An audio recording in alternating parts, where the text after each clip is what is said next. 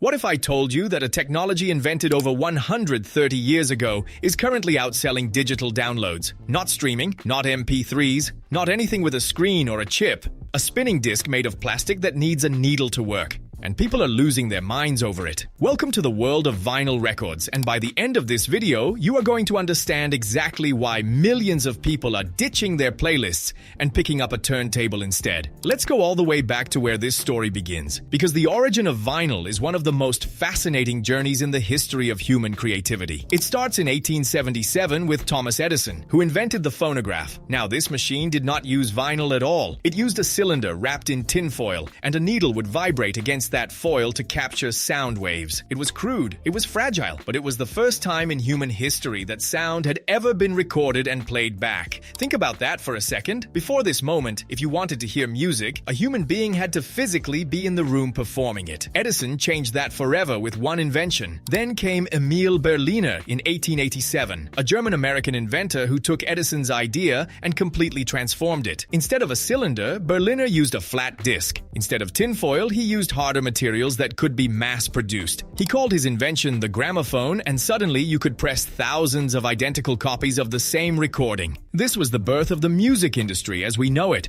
Before Berliner, music could not be sold at scale. After Berliner, it absolutely could. For the next several decades, our records went through material after material. Shellac, which is actually derived from beetle secretions, became the standard for a long time. These were the heavy, fragile 78 RPM records that your grandparents might have kept in old wooden cabinets. They broke easily, they wore out fast, and they could only hold a few minutes of music per side. Then, in 1948, Columbia Records introduced something that changed everything. They unveiled the 33 1/3 RPM long playing record made from a new material called polyvinyl chloride. This format could hold up to 22 minutes of music per side, which meant an entire album could now live on a single disc. The fidelity was dramatically better. The records were lighter and far more durable than shellac. RCA Victor fired back with the 45 RPM single format the very next year, and the format wars of the late 1940s began. But ultimately, both formats survived and complemented each other beautifully. The LP for albums, the 45 for singles. And for the next 3 decades, vinyl was the undisputed king of music. The 1950s, 60s, and 70s were the golden age of vinyl. Every major artist, every iconic album, every cultural moment was delivered through this format. The Beatles, Led Zeppelin, Stevie Wonder, Fleetwood Mac, all of it pressed into grooves on spinning discs. Record stores were social hubs. Buying an album was an event. You would go in, flip through hundreds of sleeves, read the liner notes, stare at the artwork. Music was a physical, tactile experience that engaged multiple senses at once. Then the 1980s arrived and everything changed. The compact disc launched in 1982 and within a decade had completely dominated the market. Vinyl sales collapsed, record stores closed. By the early 2000s, when digital downloads and then streaming services took over,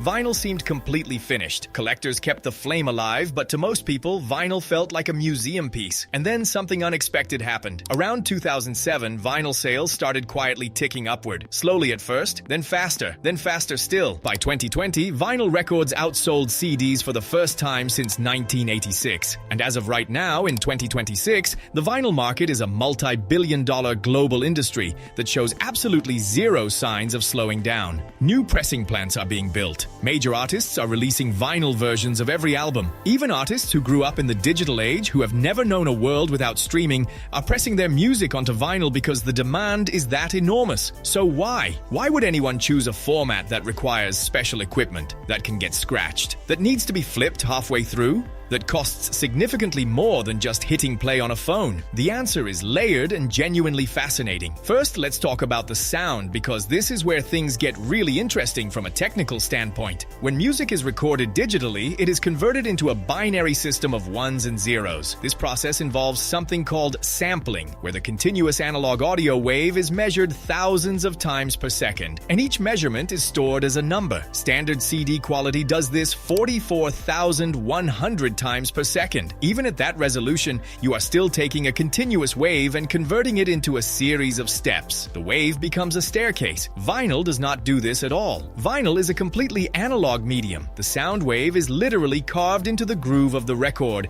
as a continuous physical shape. When the needle drops onto a vinyl record, it traces that groove and recreates the original wave directly. There is no conversion, there is no sampling, or the music flows from the groove to the needle to the speakers in a fundamentally continuous, uninterrupted way. Now, audiophiles will tell you this creates a warmth and depth that digital simply cannot replicate. And while the science on exactly how significant the difference is continues to be debated, there is something that most listeners agree on. Vinyl sounds different. It sounds fuller, it sounds more present. Some describe it as feeling like the music is in the room with you rather than being played at you from a device. There is also something called harmonic distortion that vinyl introduces, which sounds like a flaw on paper, but actually adds richness to the listening experience.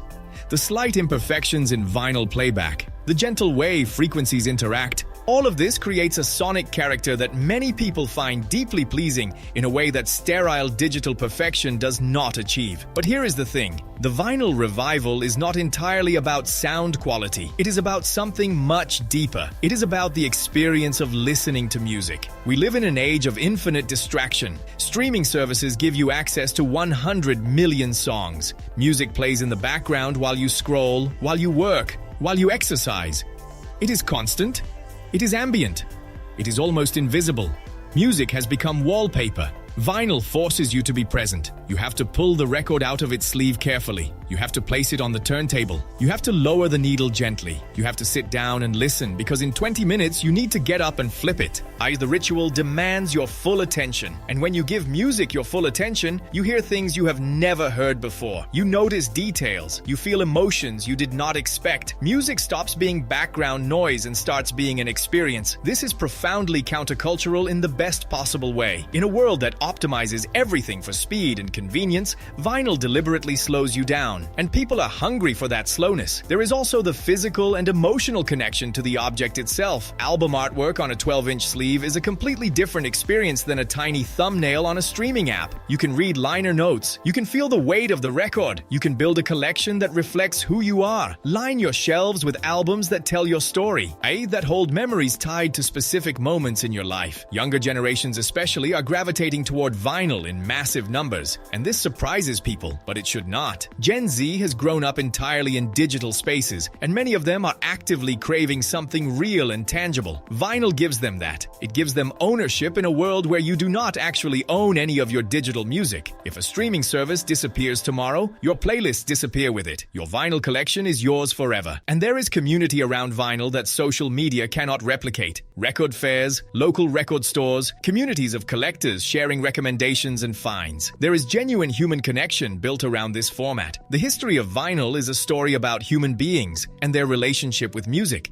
It is about our need to not just hear music, but to hold it, to interact with it, to make it part of the physical landscape of our lives. Every format that tried to kill vinyl succeeded only in making us realize what we had lost. And now, we are getting it back. So if you have never experienced vinyl, go find a record store this weekend. Pick up an album you love or one you have always wanted to explore. Take it home, set it up, lower the needle, and just listen. Because some things that seem old-fashioned turn out to be timeless for a good reason.